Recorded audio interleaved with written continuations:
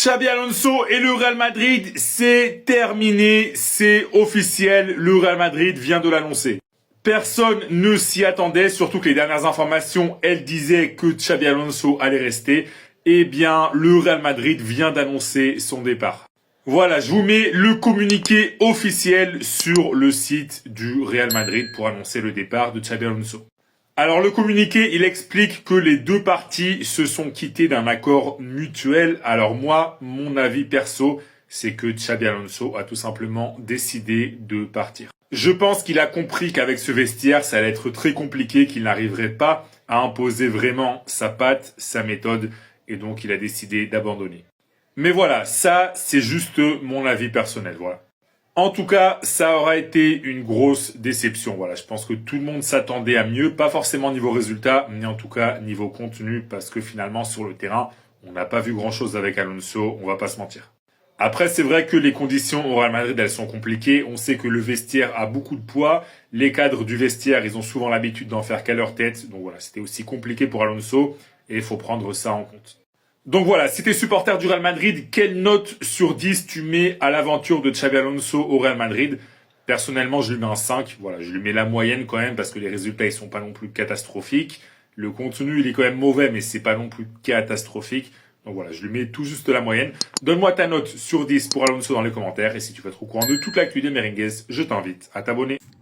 Ça drop direct comme ça, sorti nulle part. J'étais en train de traîner sur les réseaux sociaux, sorti nulle part, ça sort comme ça. Xabi Alonso haute, Xabi Alonso a été viré comme ça, comme le club, comme ça, sans un coup de tête. Désolé, mais nique ta grand-mère, la reine des putes. C'est bon, je le dis officiellement, nique ta grand-mère, la reine des putes. Car on pensait que t'avais compris la leçon, on pensait que t'avais compris. Eh ben non, tu vires Xabi Alonso comme ça, alors qu'on a bien, certes on a mal joué, certes on a perdu, mais c'est ta faute à toi. C'est toi qui as passé les joueurs. C'est toi qui as passé Zubimendi à l'époque.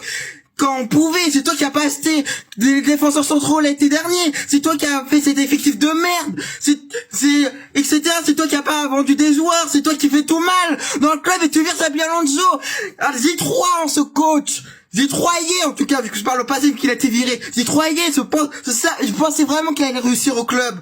Je me disais, c'est pas grave. Comme le PSG, en fait, ils ont de catastrophique de merde.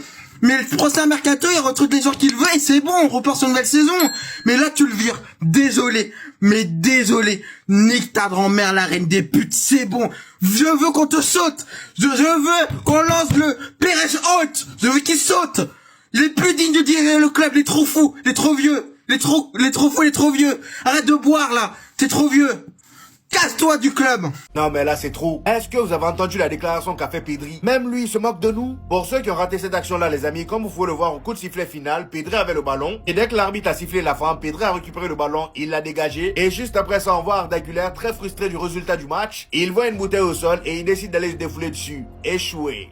Voilà. Alors même dans une bouteille, on n'arrive pas à tirer quoi. Finalement, tellement il avait honte, il est rentré directement dans le vestiaire. Et pendant ce temps, Vinicius, lui, il était complètement dépité. Il n'arrivait pas à voir le Barça célébrer. Comme l'a dit Thibaut Courtois, on n'a pas su profiter de cette version de Vinicius, c'est dommage. Pendant que les autres regardaient le Barça soulever le trophée, lui, il avait la tête baissée. Et à la fin du match, on l'a même vu venir vers Ronald Adoro pour lui demander comment il allait. Carvajal également a fait de même, étant donné qu'Adoro n'était pas bien, il fut un temps. Et d'ailleurs, en parlant de Vinicius, Diego Simeone s'est excusé auprès de lui et du Real Madrid suite à la dernière altercation face à l'Atlético de Madrid. Il dit, je tiens à m'excuser auprès de Florentino Pérez et à Vinicius pour ce qui s'est passé l'autre jour. Ce n'était pas correct de ma part. Pour le coup, l'altercation avec Vinicius était très enfantin, mais au moins il s'est excusé, c'est le plus important. On termine avec les déclarations de Pedri qui s'est un peu foutu du Real Madrid. Déjà pour commencer, le gars n'a pas compris pourquoi ils lui ont remis le prix de la meilleure passe décisive de la compétition. Il dit, ils m'ont décerné le prix de la meilleure passe décisive, je n'avais jamais vu ça auparavant. Il enchaîne avec le Real Madrid en parlant de notre système. Il dit, le Real Madrid se sent à l'aise lorsqu'il se replie et joue en contre-attaque. Ils ont les joueurs pour le faire, mais nous ne nous attendions pas à un système défensif aussi bas. Tout ça avec un sourire dans le coin. Quand même lui il était choqué de nous voir aussi bas. Ouais. Il dit au final nous sommes parvenus à contrôler le match en seconde période et le but de Rafinha nous a offert la victoire. Ouais, c'est pas possible.